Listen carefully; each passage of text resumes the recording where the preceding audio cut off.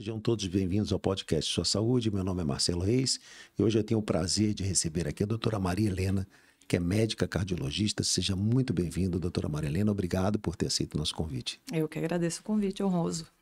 Maria Helena, eu queria conversar com você sobre uma doença que acomete milhares de brasileiros e muitos deles nem sabem que tem, que é a pressão alta, a famosa hipertensão arterial sistêmica.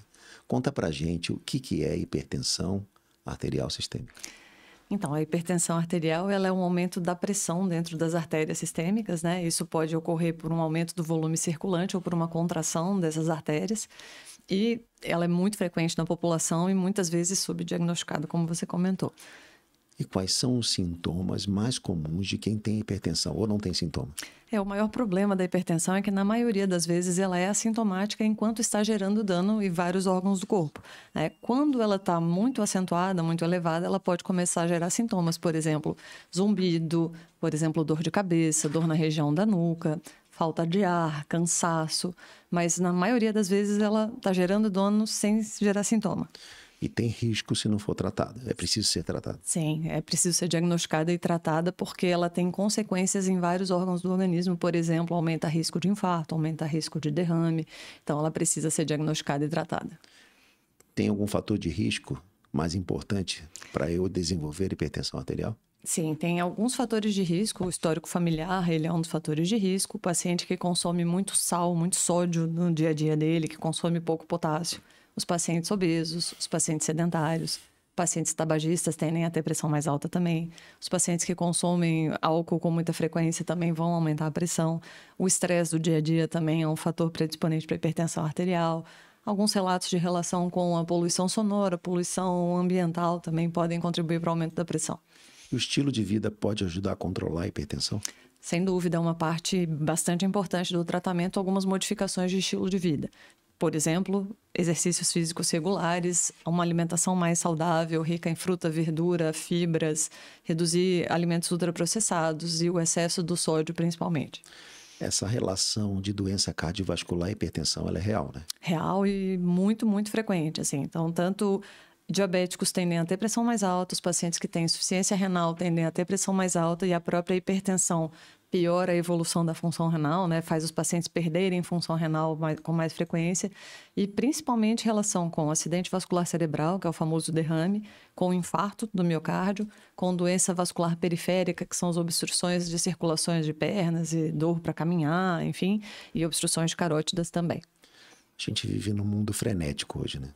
Como é que a gente pode relacionar o estresse com a hipertensão arterial? O estresse é um dos fatores geradores de hipertensão arterial e todas as diretrizes principais na cardiologia têm hoje dedicado um espaço para o manejo do estresse no tratamento da hipertensão arterial. Então, tem algumas ferramentas que a gente pode lançar mão, né? Meditação, o exercício costuma ser um redutor de estresse, yoga, terapia, psicoterapia, né? Manejo do sono regular. Então, o estresse precisa ser olhado com cuidado porque ele tem impacto de fato na hipertensão e outras doenças cardiovasculares. É possível tratar a hipertensão sem remédio? Toda hipertensão tem que ser usado remédio? Então, toda vez que a gente faz um diagnóstico de hipertensão, eu vou estratificar o risco do paciente. Eu preciso ver quem é aquele indivíduo, quais são os outros fatores de risco que ele tem, as outras patologias. E para os pacientes que são hipertensos leves, com fator de risco, né, sem fatores de risco associados, a gente pode tentar um manejo inicial sem medicamentos, que é essa modificação do estilo de vida, o exercício, perda de peso. Em 3 meses, se esse paciente não chega nos alvos que são, né, predestinados ali para ele, a gente vai entrar com a medicação. Mas esse é um percentual menor dos pacientes. A maioria deles vai precisar associar modificações de estilo de vida com medicamento. Maria Helena, em que momento da vida eu devo começar a medir minha pressão, monitorar a minha pressão? Pelo fato da pressão da hipertensão ser muitas vezes assintomática, toda oportunidade de consulta de rotina deve ser aferida a pressão. A mesma consulta do pediatra ou adolescente, é importante ser aferida a pressão desses pacientes.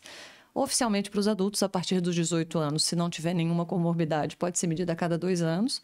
A partir dos 30 anos, a gente já mede anualmente. Ou se o paciente já tem outros fatores de risco e comorbidades, precisa medir com mais frequência.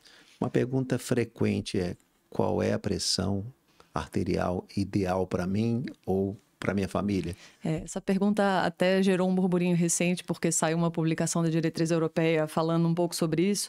Oficialmente, a pressão ideal é menor do que 12/8, né? 120 milímetros de sistólica, que é aquela mais alta, 80 de diastólica, que é aquela mais baixa. Então, abaixo disso seria o ideal.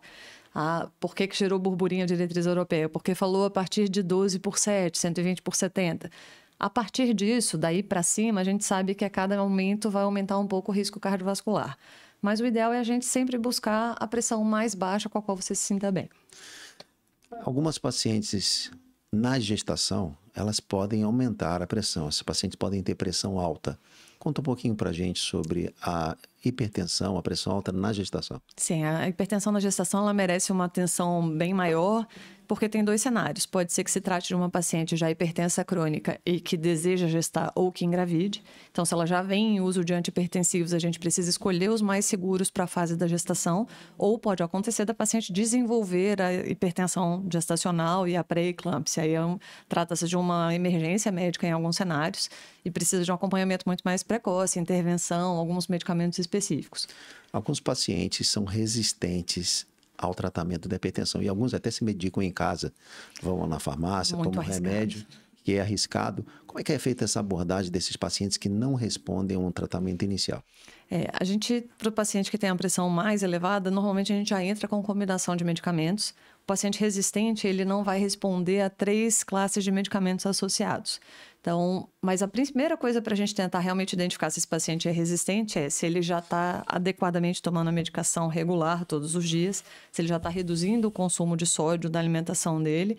E excluídas essas questões, a gente vai entrar com um medicamento específico, né? Inibidores da aldosterona, nesse caso, entram muito bem, mas precisa ser avaliado caso a caso, para ver qual o grau de resistência, qual o motivo e qual a melhor intervenção. Maria Helena, a gente está chegando no final do nosso podcast. Eu já queria agradecer a tua participação novamente aqui no podcast Sua Saúde.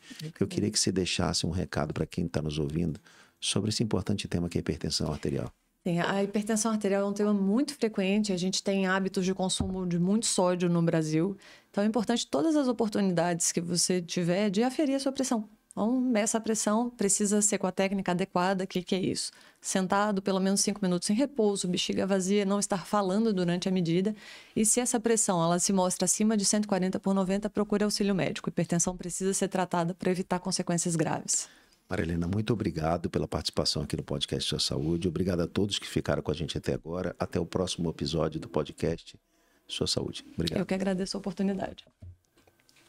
Vamos fazer.